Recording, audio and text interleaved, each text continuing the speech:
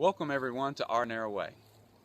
Today we're going to be talking about forest management, specifically related to alder. We have alder here in the Northwest. It grows wild. We do not cultivate it. It's one of the three species of woods we grow primarily on our farm, which is alder, hemlock, and fir, Doug fir that is. Today we're going to discuss a little bit of an overview of how we manage our forests and how we manage our logs. So as you can see behind me, we're in an unmanaged part of our forest, a part of our forest that's just been allowed to grow and let nature take its course. You will see a cascara tree actually behind me. Over here to this side, you'll see is a dead fir. Okay, that can't get enough sunlight, can't get enough nutrients, ultimately ends up dying off. From a production standpoint, that's not good. Fir is a valuable product. We would like to grow for fir, but in this part of the forest we're growing for alder, so I'm not as concerned about it. We'll show you the fir part of the forest here later in another video series. However, one of the things you'll notice is how thick it is. Everything's allowed to grow, and it just kind of gets thick and overcrowded. Consequently, I'm going to pan the camera around, and then what you'll see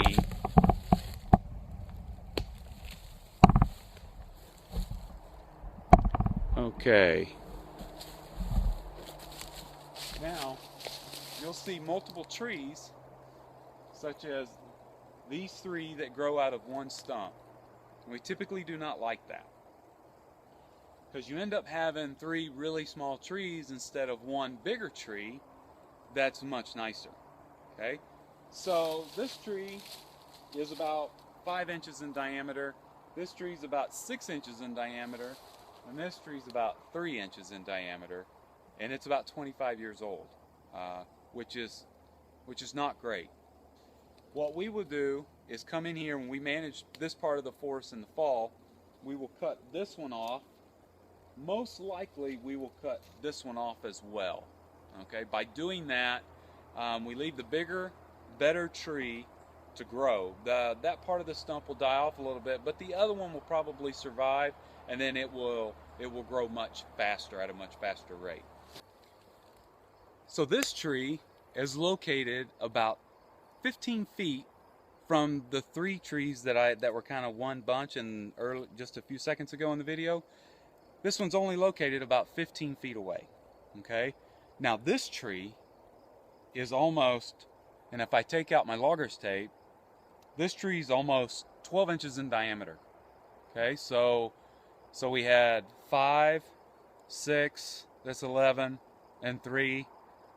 So you're talking 14 inches total diameter over there, but none of them would qualify as a saw log. This one I could take out, even though it's small, I could take out and it would qualify as a saw log. Typically the mills here in the Northwest will take logs down to 6 inches in diameter at the small end. So this one would actually qualify, but I don't want to take it out because we want it to grow.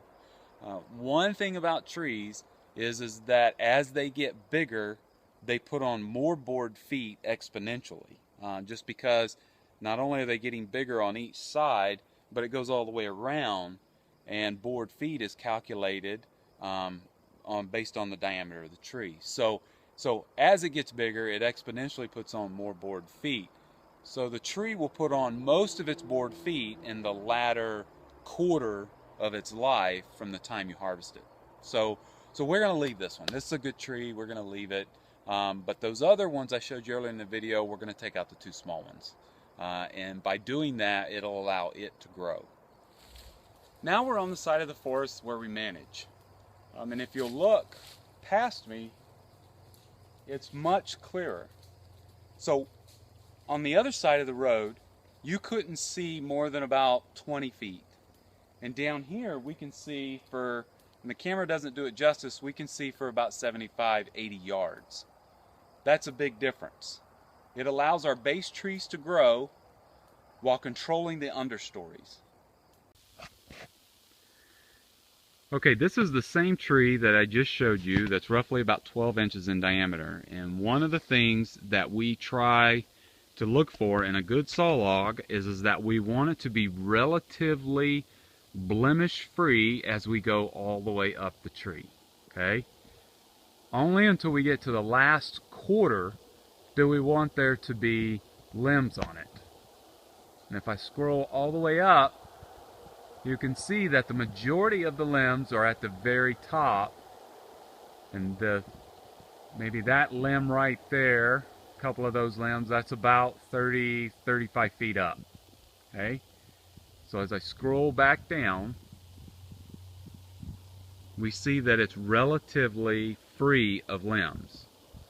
So we manage for that in our forest. This one, nature took its course, and as the tree grew taller and light was shut out from the trees, the lower limbs die off.